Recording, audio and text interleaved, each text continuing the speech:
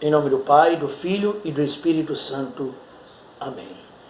Nós vos adoramos, Senhor Jesus Cristo, e vos bendizemos, porque pela vossa santa cruz remistes o mundo. Queridos irmãos e irmãs, estamos chegando ao final de mais uma semana. Nessa sexta-feira penitencial, queremos começar o nosso dia com a nossa oração matutina, juntos com a palavra de Deus. A palavra de Deus provoca em nós conteúdos de oração. Como é bom rezar com a palavra. A própria palavra vai dizer que nós não sabemos o que pedir nem como pedir. Pedir, pois, o Espírito Santo, para que ele, com gemidos inefáveis, clame em nós. Então nós não sabemos nem o que pedir.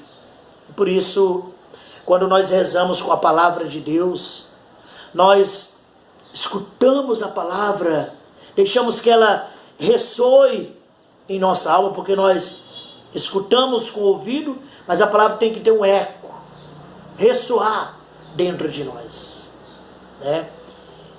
Estamos no mês missionário, o mês das missões, cada um de nós assumindo esta missão de ir pelo mundo inteiro e pregar o Evangelho, conscientes de que esta missão é de todo batizado, cada um de nós é chamado a anunciar Jesus Cristo.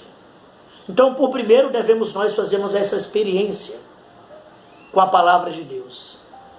Para anunciá-la, nós precisamos ressoar. O que primeiro a palavra fala para mim? O que essa palavra hoje fala na minha história, na minha existência, no meu dia de hoje?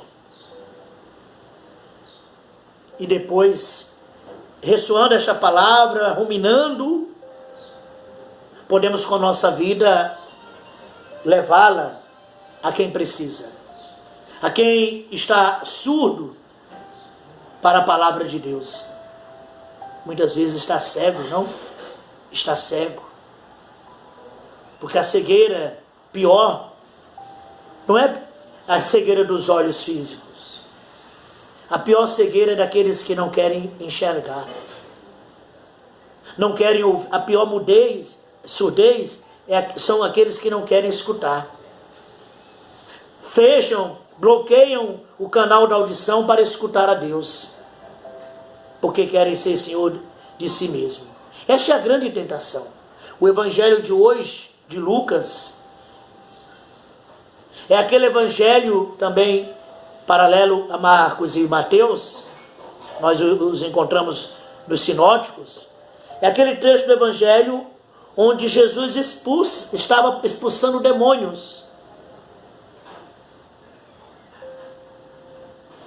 Mas alguns disseram é por Beelzebul, o príncipe dos demônios, que ele expulsa os demônios.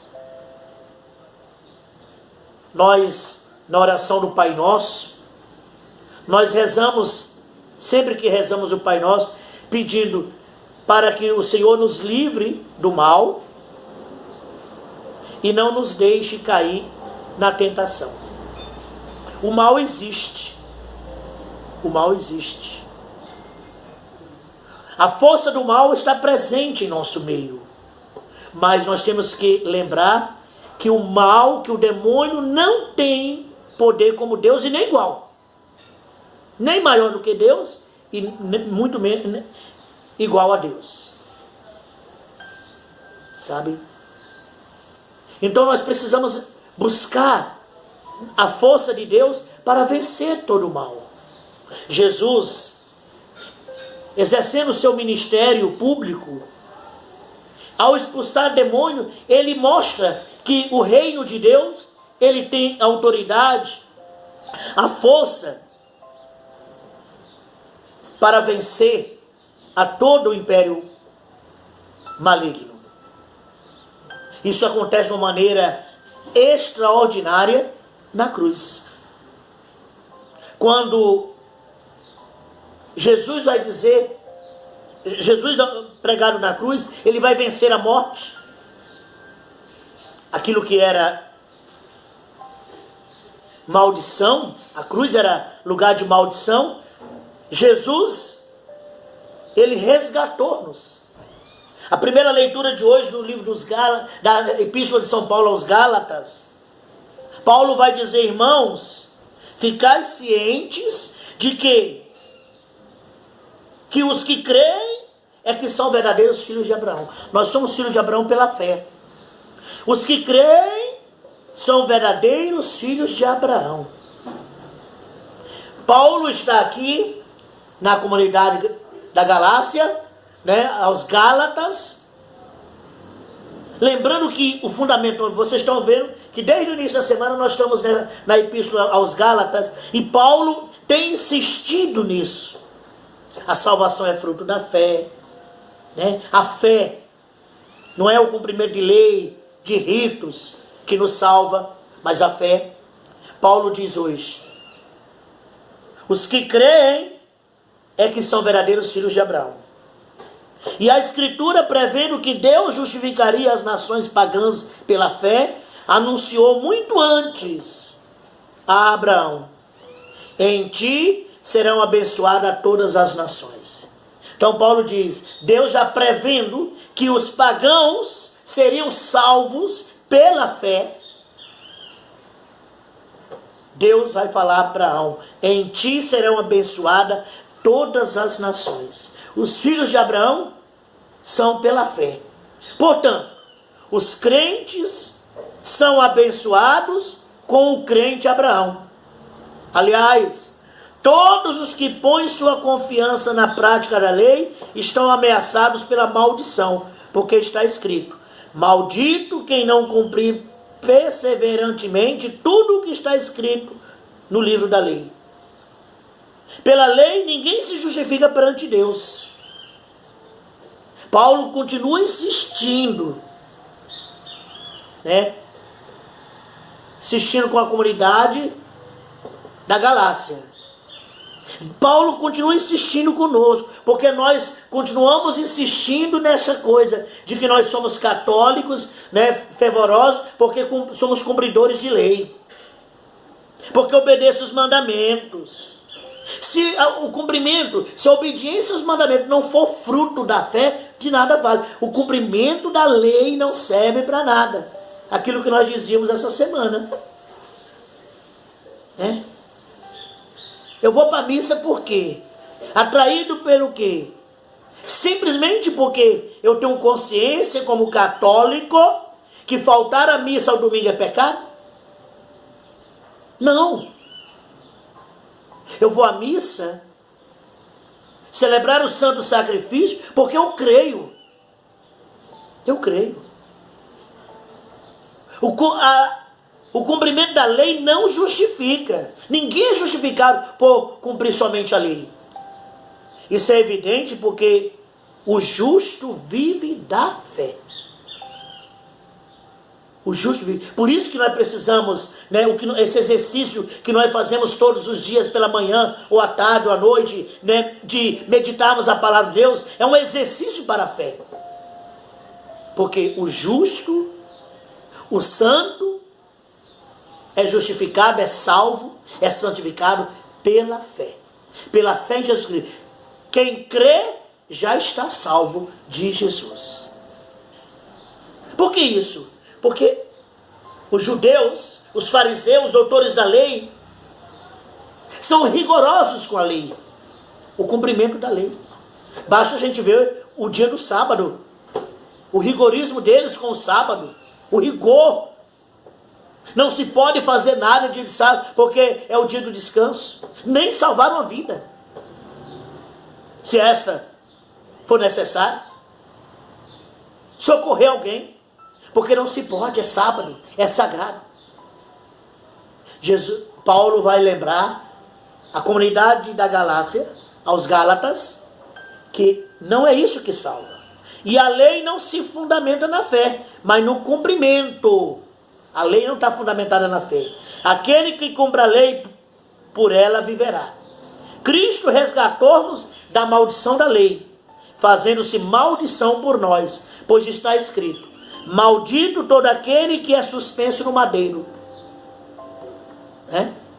Porque era assim. Era o lugar dos piores. Os piores bandidos eram suspensos na cruz. Era uma maldição. Assim, a bênção de Abraão se estendeu aos pagãos em Cristo Jesus. E pela fé recebemos a promessa do Espírito de Deus.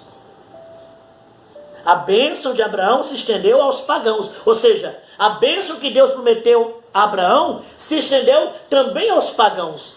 Não é só restrito ao povo hebreu, mas se estendeu aos pagãos, porque eles depois vão crer. Quantos foram levados pela fé pela pregação de João Batista? Os pecadores públicos, publicanos, prostitutas, que ouviram e escutaram a pregação de João e se converteram. João estava ali no Jordão batizando. Era o batismo, não é esse batismo nosso, não é o sacramento do batismo, era o batismo de remissão dos pecados, era um rito de adesão à pregação. Sim, eu escutei a pregação, agora eu faço uma adesão. Eu ia me batizar, eu descia as águas, como sinal de que eu estava rompendo com o paganismo e fazendo uma adesão à fé. Ou seja, a bênção que Deus destinou a Abraão estava destinada aos pagãos que futuramente acreditariam. A gente vê neste evangelho que a igreja nos dá hoje, capítulo 11 de Lucas, como eu disse, esse evangelho nós vemos no sinótico, Mateus e Lucas também, e Marcos também o tem. Nós vemos que Jesus expulsa os demônios, Jesus mostra a força do reino de Deus, que aniquila todo o mal, mas as autoridades religiosas, e o evangelho vai dizer que o povo se maravilhava quando viam o que Jesus fazia.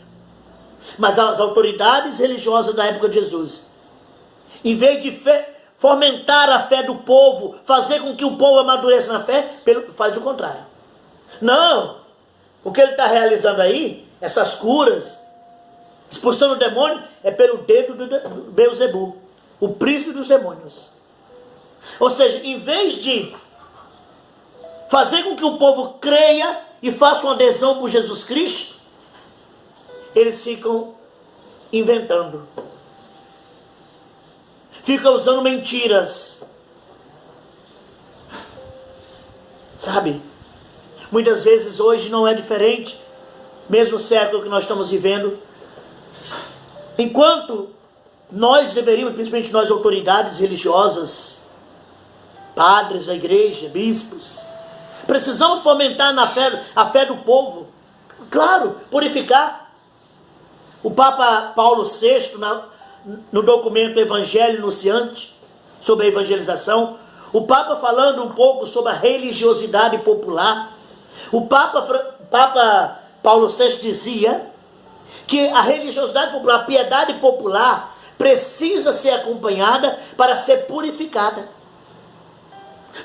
Não é só simplesmente descartar, jogar fora, mas precisa ser iluminada pelo dom da fé. Por exemplo, a festa de reis, folia de reis, do divino, são expressões populares, mas se não há um acompanhamento, não há uma purificação, fica no rito apenas cultural.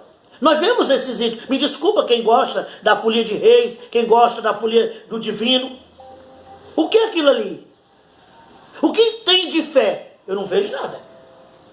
Mas eu como sacerdote, é simplesmente dizer, isso não presta, isso tem que ser abolido? Não. A minha função é imprimir ali, nessa religiosidade, uma fé. Porque é o que salva. E tantas outras expressões. Nós temos mania de tirar. Queremos ser donos. E dizer isso não presta. Isso não é bom? Né? Nós, autoridades religiosas do século XXI, precisamos ser sinais para fazer o povo ter um encontro pessoal com Jesus.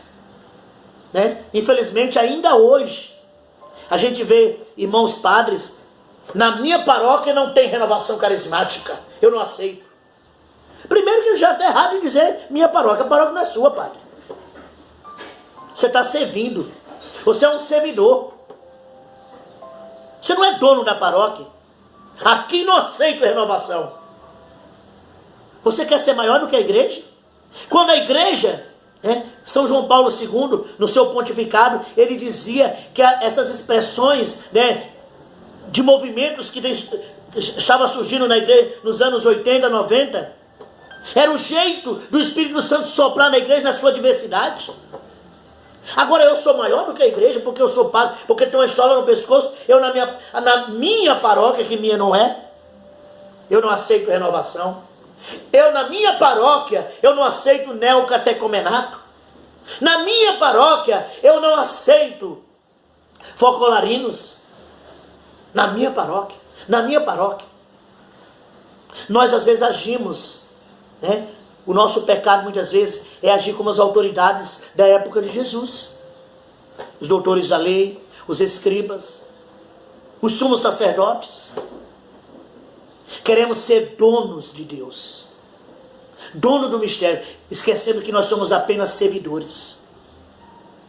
É pelo dedo de Beelzebu que ele expulsa demônio. Ou seja, o povo encantado, o povo maravilhado com o que escutava de Jesus, por aquilo que viam, estavam a um pé de reconhecer o reino de Deus que chegava na pessoa do Messias. Aqueles que se dizem autoridades religiosas se encarregam de jogar um balde de água fria com ideologias que vai criando. Então, precisamos purificar, sim, as expressões de fé, ou talvez não tenha nem fé embutida ali. Mas se nós, como servidores, por primeiro, da comunidade, nós purificarmos e conduzirmos, as pessoas chegarão à fé, porque o objetivo é a fé em Jesus Cristo, porque é esta que salva. Não é cumprimento de lei, de normas. É a fé em Jesus Cristo. Esta que salva. Vamos nessa sexta-feira, dia penitencial, pedir e orar, pedindo ao Senhor o dom da fé. Peça o dom da fé para ti. A fé que salvará você, salvará a tua família. Peça o dom da fé para os teus. Peçamos o dom da fé para a igreja, para os sacerdotes, que infelizmente tem alguns que parecem que nem acreditam em nada. São meros funcionários da igreja, mas não creem em nada. Tudo questiona. Peçamos ao Senhor. Coloquemos nesta manhã, ou nesta tarde, nesta noite, quando você medita esta palavra do Evangelho, coloque-se diante do Senhor e peça: